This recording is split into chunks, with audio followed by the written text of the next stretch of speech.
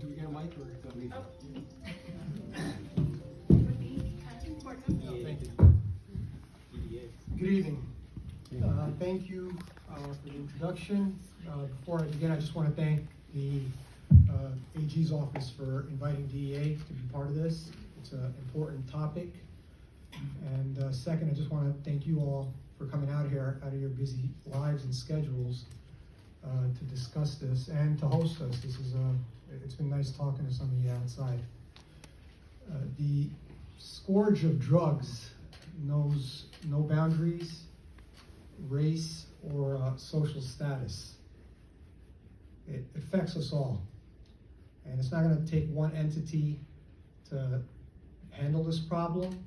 It's going to take a collective approach, similar to what we're doing tonight. It's going to take the community members, such as yourselves. It's going to take panelists that are up on this dais and some that are not even here. This affects us all. Gone are the days where it's a certain area and a certain section. The CDC estimates that in the last 12 months, we've lost 112,000 people to drugs. I want to kind of connect us to that number. It's a big number. It's a number that in the last decade has increased every year, and I would say exponentially. In 2014, our country lost 40,000 people to drugs. So in 10 years, we've nearly tripled that. It affects the people that are between 18 and 45. That's, in my estimation, the prime years. People are either going to school, they're entering the workforce.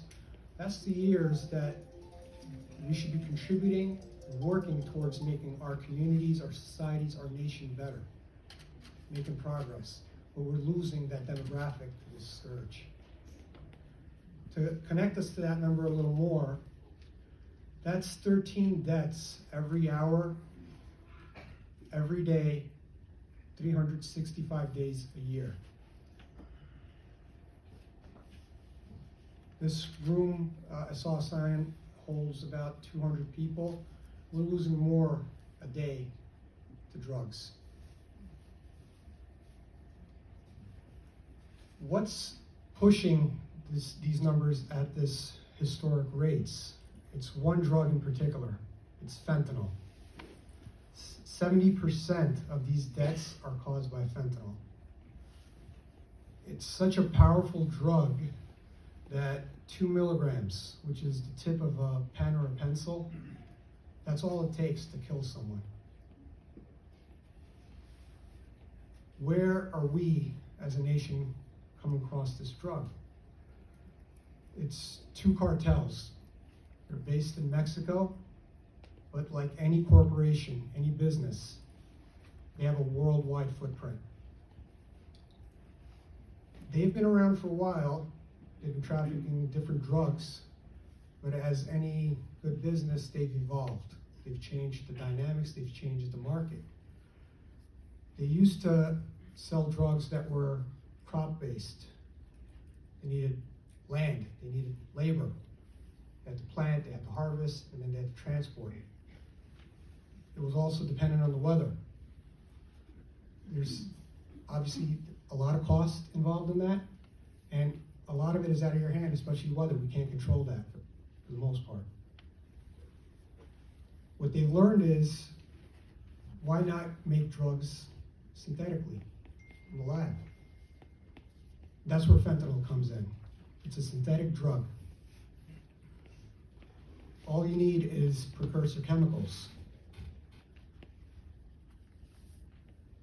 In China, they have chemical companies. These cartels have been able to import chemicals from China and use those chemicals in labs that they've set up throughout Mexico to produce mass fentanyl.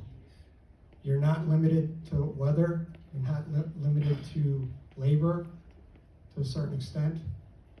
you could do it 24/7, and as long as there's a supply, they'll give you, or demand, I should say, they'll give you the supply. The callousness of the business is that I mentioned 18 to 45 is what we're losing. They've even marketed or made these fentanyl into pills. They'll make them multicolored, rainbow-colored fentanyl. They'll put logos on it, a Superman symbol, a Tesla symbol. That's stuff that that demographic is interested in. It's a marketing ploy. And unfortunately, we're losing people to it. That's the problem, and it's a big problem, and I applaud you all for being here to discuss this. What's DEA doing? DEA just reached its 50th anniversary last year. The one thing that DEA has been good at in 50 years is collaborating and working with our counterparts. We have a worldwide footprint, and we're a single mission agency. It's drugs. That's all we do. Anything that's connected to drugs, we'll be on working towards it. Even in your community here, Frederick County Sheriff's Office, we have 2 officers. Winchester PD recently gave us an officer from their department. In fact, the Frederick County Sheriff Office is officers that we have. They're 2 of the finest investigators that I've ever seen. In fact, they were awarded on a national front last year for an investigation that they did.